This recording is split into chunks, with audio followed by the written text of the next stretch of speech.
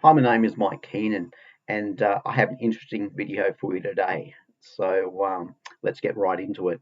Going to read a few paragraphs from a book called Black is Beautiful, which was written by Peter S. Ruckman. This book is highly criticized online because certain people don't want you to read it, which means you must rush out and purchase this book and read it for yourself.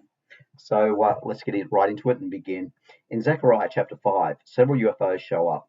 One is likened to a flying roll which goes through the air and enters into houses. Zechariah 5 verses 1 to 3. The next one is something even more fantastic. It is a large flying saucer shaped like a bushel bucket. It has a lead manhole cover over the top of it, and inside it contains a woman. This contraption is lifted up from the earth by two harpies, which are stalked winged women, and carried to Babylon on the Euphrates River, where it is set there upon her own base. Zechariah 5 verse 11. The base is the site of the original Tower of Babel, Shinar. Genesis 11 verses 1 and 2. A careful reader of Scripture, i.e. any reader who wouldn't take the ASV, NASV, RSV, NKJV or NIV seriously, will observe that the word Lot shows up for the first time in the Scripture, Genesis 11:27, at this point. As it was in the days of Lot, thus shall it be. If the little city of Babylon is going to be rebuilt with its hanging gardens, then Basra, Kuwait, Desert Storm, Exxon, and Saddam Hussein are all in their proper settings.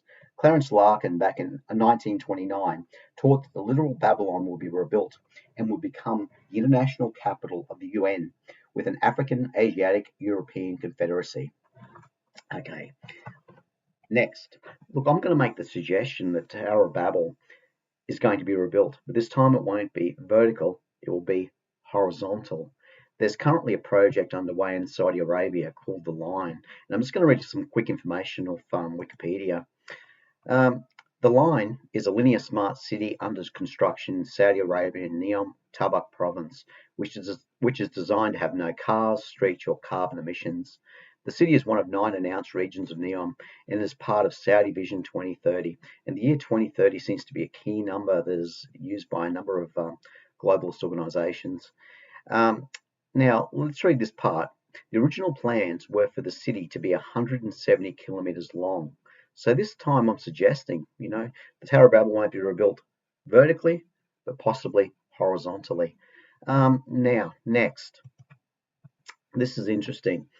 If you go onto YouTube and in the search box type in Mount Sinai, Saudi Arabia, it will bring up some interesting videos from people who have visited the Mountain of God in Saudi Arabia. This location is where God came down and gave the Ten Commandments to Moses. In Saudi Arabia, the Mountain of God is called Jabal Makla. And I'm just going to read a paragraph of a website. The real Mount Sinai is the uniquely blackened mountain peak that is locally called Jabal Makla, the Burnt Mountain. Mount Horeb is called Jabal el-Baloz, the Mountain of Almonds, which is the highest peak in the area, next to the city of El-Bad, Saudi Arabia. You can see why some biblical references to going to or at Mount Horeb can refer to the entire area, which would also include the lesser peak of Jabal Makla, Sinai. Such is the case for 1 Kings 19 verses 8 and 9, referring to Elijah's cave at Horeb, but the cave is actually located on Mount Sinai, Jabal Makla. Next, in my research, I came across an interesting global corporation I never heard of before. The corporation is called Parsons, and it's basically a corporation that handles national security projects, international infrastructure projects. So I'm just going to read a sentence from their website. Home to Jabal el-Loz, the Almond Mountain, the region's mountainous landscape is also challenging to develop access. It is likely to be the least populated part of the NEOM. So basically, NEOM, the Line project, encompasses Mount Horeb and the Mountain of God.